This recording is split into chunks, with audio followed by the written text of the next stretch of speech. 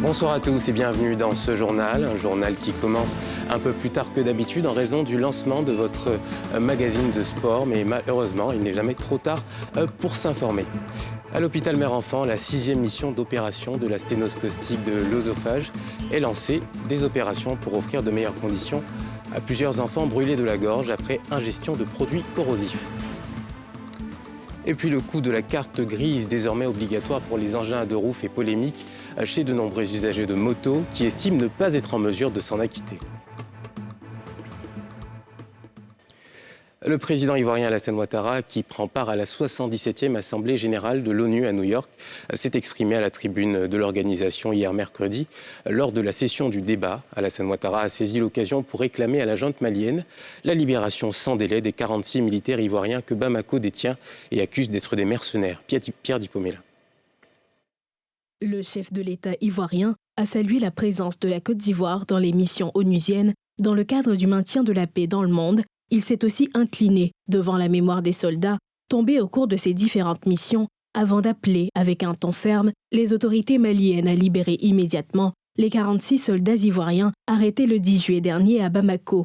Le président Ouattara s'exprimait à la tribune de l'ONU à la 77e session de l'Assemblée générale de l'institution. Malheureusement, dans ce contexte de lutte contre le terrorisme, 46 soldats ivoiriens déployés en qualité de 8e détachement de l'élément de soutien national, NSE, au sein de la MINUSMA au Mali, ils sont injustement détenus depuis le 10 juillet 2022. J'appelle à nouveau à leur libération sans délai. La junte malienne se trompe de combat alors que le Nord Mali est essaimé par des terroristes lourdement armés qui menacent d'installer un califat. Le chef d'État ivoirien a invité les autorités maliennes à se concentrer sur la question de sécurité et le respect du chronogramme de transition. Mon pays encourage les autorités maliennes à concentrer leurs efforts sur la lutte contre le terrorisme et à mettre en œuvre de façon résolue les différentes étapes du chronogramme de la transition, ainsi que les réformes politiques et institutionnelles en vue des élections présidentielles prévues en février 2024 pour le bien-être du peuple malien. Le président ivoirien a également déploré la menace de la paix mondiale suite à la guerre russo-ukrainienne, appelant à la cessation des hostilités. Au terme de son allocution, le président de la République s'est entretenu avec le secrétaire général des Nations Unies, Antonio Guterres. Le chef de l'État a félicité le secrétaire général de l'ONU pour ses initiatives en faveur des pays les plus fragiles et a évoqué avec lui les questions relatives à la coopération bilatérale et à la sous-région, notamment la détention des 46 soldats ivoiriens détenus au Mali. Coopération avec les Nations Unies, l'ONUCI a quitté la Côte d'Ivoire et la sécurité est totalement rétablie. Nous avons également parlé de la sous-région, notamment la détention de nos 46 soldats au Mali. Et le secrétaire général dit qu'il s'impliquera personnellement pour que ce problème soit réglé dans les plus brefs délais. Et nous avons bien sûr évoqué la guerre en Ukraine et toutes les conséquences pour l'Afrique et pour notre sous-région. C'était un excellent entretien. L'ingestion de substances caustiques constitue encore un accident fréquent et grave chez l'enfant, une affection qui entraîne le rétrécissement de l'œsophage, conduisant à des difficultés, voire l'impossibilité de s'alimenter correctement.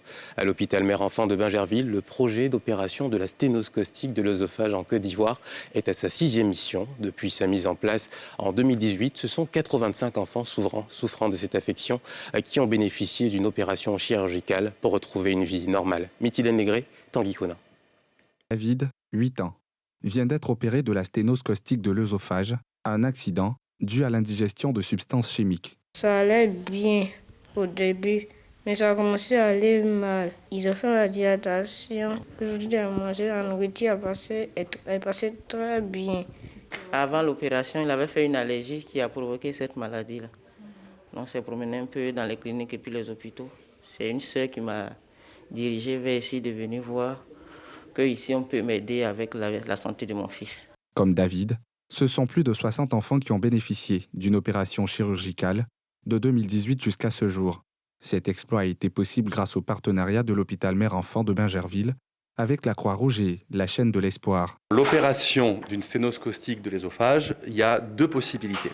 Soit on détecte et on traite la sténose très rapidement, et dans ce cas-là, on peut arriver en fait à réouvrir l'œsophage. Donc on a ce qu'on appelle une espèce de ballon de baudruche ce qu'on appelle une bougie qu'on va passer dans l'œsophage, qu'on va gonfler et ça va réouvrir l'œsophage. On s'est associé avec le HME parce qu'on est parti du constat que, d'après les études de l'OMS, on a 110 cas environ sur 100 000 personnes qui sont atteintes des problèmes de sténose caustique. Mais c'est un chiffre qui est vraiment sous-évalué parce qu'en fait, on a beaucoup de cas qui passent en dessous du radar. Et en fait, cette pathologie est vraiment sous-détectée. Et donc, c'est pour ça qu'on a décidé de travailler sur cette pathologie. Okay. La Croix-Rouge a été sollicitée sur ce projet pour la sensibilisation, la prévention dans la communauté. Et le rôle de la Croix-Rouge, c'est de sensibiliser, former les artisans qui utilisent la soude caustique dans leurs activités quotidiennes. 4 ans après la mise en application de ce projet en Côte d'Ivoire, le bilan est jugé satisfaisant. Sur les 85 patients qui ont été opérés, nous avons 100% de réussite. Le bilan est positif vis-à-vis de la prise en charge des patients. Deuxièmement, nous pouvons dire que ce bilan est positif par rapport au transfert de compétences que nous avons reçu. Aujourd'hui, nos chirurgiens arrivent à opérer seuls ces patients. C'est la 6e mission de ce projet. La première phase prendra fin en décembre 2022. Pour la deuxième phase, ce sont 120 enfants repartis entre la Côte d'Ivoire et le Mali qui bénéficieront de l'intervention chirurgicale de cette pathologie. Avoir une carte grise pour circuler à moto est désormais obligatoire. Cependant, le coût d'obtention reste inaccessible pour beaucoup de motocyclistes. Alors cette décision n'est pas forcément bien accueillie. Niki Mamoussa, Mathurin Badé. La carte grise est obligatoire pour conduire une moto en Côte d'Ivoire. Cependant, les livreurs premiers impactés ne comprennent pas la différence de prix dans l'acquisition de ce sésame. Un prix par ailleurs jugé excessif et les procédures trop longues. Sidibé et Kofi conduisent le même calibre de moto. Mais ils n'ont pas déboursé la même somme pour acquérir leur carte grise. Je me suis acquitté d'une somme de 120 000 francs pour qu'il me fasse la carte grise. Il m'a envoyé un reçu. Je vois bien qu'il y a 45 000 francs, 45 215 francs là-dessus. Nous, on ne peut rien dire parce que nous, avoir déjà un truc pour circuler librement, ça nous suffit déjà. Il a payé une somme de 100 000 francs pour la carte grise. On m'a remis un reçu de 27 000. Moi, il n'a pas posé de questions parce qu'on m'a dit c'est ce qu'on doit payer. Le détail, ça nous regarde pas. Comme Sidibé et Kofi, ils sont nombreux à être dans cette confusion.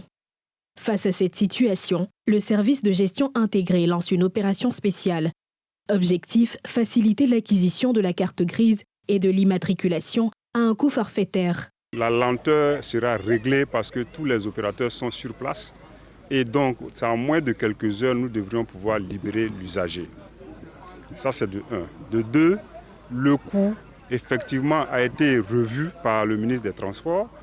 Et c'est un coût forfaitaire qui prend en compte un peu l'établissement des pièces, c'est-à-dire la carte grise et la plaque d'immatriculation, et les autres frais, notamment les fourrières et d'autres choses qui sont prises en compte. Ça va faire plutôt plus 15 000 francs. Pour l'opération par rapport à un usager. Étant à la phase test, cette opération est prévue s'étendre sur toute l'étendue du territoire national, permettant ainsi à des millions de motos en circulation d'être aux normes. Et plusieurs sujets d'actualité à l'ordre du jour de la 6e tribune du PPACI. Des tribunes qui sont une occasion de décrypter l'actualité sociopolitique du pays.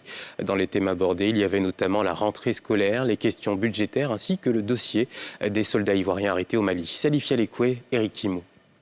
Après plusieurs semaines de pause, le Parti des peuples africains, PPACI, de l'ancien président Laurent Gbagbo, a renoué ce jeudi à son QG d'Abidjan Cocody avec sa traditionnelle tribune, la 6e du genre. Plusieurs sujets d'actualité ont été commentés à cette occasion, notamment l'affaire des militaires arrêtés au Mali. À ce propos, le PPACI invite le gouvernement à associer toutes les composantes de la nation pour un dénouement de cette crise. Nous continuons de prier pour leurs familles et continuons de croire que la crise entre notre pays et le pays frère du Mali connaîtra un dénouement heureux afin que ces soldats retrouvent leur pays. C'est le sens du message que son Excellence le président Laurent Gbagbo a adressé le 31 août dernier à Mama. Le président a offert ses services et ceux de son parti au chef de l'État afin d'apporter sa contribution à la résolution de cette crise. Sur ce point bien précis, les règles de la République veulent que ce soit le chef de l'État qui prenne ce genre d'initiative d'associer toutes les compétences nationales à la résolution des crises qui touchent un pays. À propos de la commission électorale indépendante, où elle doit être intégrée selon les accords du dernier dialogue politique, la formation politique souhaite une accélération du processus. Nous sommes allés au dialogue politique. Une résolution a été prise pour dire que le PPACI doit entrer à la CEI. Quelques jours après, ils ont pris une décision en Conseil des ministres pour approuver cette résolution. Nous sommes à ce stade-là. C'est à ce moment-là que la CEI dit on renouvelle les structures locales. Mais ça veut dire quoi? Nous, on ne comprend pas ça. Donc sur ce point-là, on va se battre, on va revendiquer jusqu'au bout.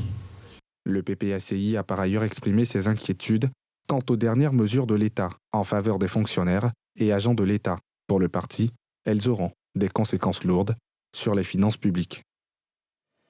Les jeans Destroy, ces jeans troués, déchirés ou usés, séduisent et s'affichent fièrement dans les rues. Ils s'imposent dans les habitudes vestimentaires de nombreux Ivoiriens, au grand bonheur des commerçants qui en font de bonnes affaires. Un sujet qui vous est proposé par Mithilène Légré et Tanguy Conan. Les jeans Destroy ou jeans pétés sont en vogue à Abidjan. De plus en plus, ce style vestimentaire séduit bon nombre de jeunes Ivoiriens. Quand les gens portent ça me plaît. J'aime les jeans pétés, j'aime ça. Voilà, j'aime les designs, mais pas trop pétés. Voilà, dedans, ou comme on voit actuellement, on est porté, voilà, un peu protégé, où on ne voit pas la cuisse. À Adjamé et dans ce centre commercial, c'est toute une collection de ces jeans qu'on propose aux clients. J'ai venu acheter un jean design pété. Moi, en tout cas, le jean pété me plaît à cause des designs et c'est ça qui est à la mode. Bon, le design, c'est pété, mais c'est pas déchiré pour rentrer, c'est un peu fermé. Depuis des années, Alban s'adonne au commerce de ses jeans. Par jour, il peut recevoir une centaine de clients. Nous avons les pétés où il n'y a pas assez. Nous avons les pétés aussi où le bas est foncé comme ça. Vous pouvez porter et on ne voit pas ta peau. Là, c'est le bas renforcé. Bon, on a remarqué qu'à Abidjan ici, on dit que c'est la tendance. Il y a eu tendance des faro et à un moment, c'était les pétés. Et c'est ça qui sort plus. Au-delà de la mode, derrière les Destroy se cache un langage vestimentaire. On veut le pété, c'est comme style de communication. Lorsque tu portes ça, tu n'as pas peur de quelque chose. Lorsque tu viens, tu es là où tu viens, quand on dit ça, tu n'as pas peur de quelque chose. Et ton seul souci, c'est de travailler, avoir ton argent, tranquille. Offrir aux clients des jeans Destroy à la perfection, c'est la mission que s'est fixée Didier. Chaque jour, ce designer fabrique différents types de modèles en fonction de la demande de ses clients. Ça veut dire, tu payes ton jean, quand tu finis de payer ton jeans, tu veux un modèle, tu dis ton modèle et puis il reproduit sur le jean. Ouvert n'a pas son prix, fermé n'a pas son prix. Ça dépend du client. Il le satisfait, il décale son cœur. Sinon, la base d'un pété, c'est 2000 francs. Les jeans Destroy inondent les étals des marchés de vêtements à Abidjan. Un style qui fait grimper le chiffre d'affaires des commerçants. Et c'est la fin de ce journal. Merci de l'avoir suivi. Demain, vous avez rendez-vous avec Evelyne Débat. Bonne suite de programme sur NCI.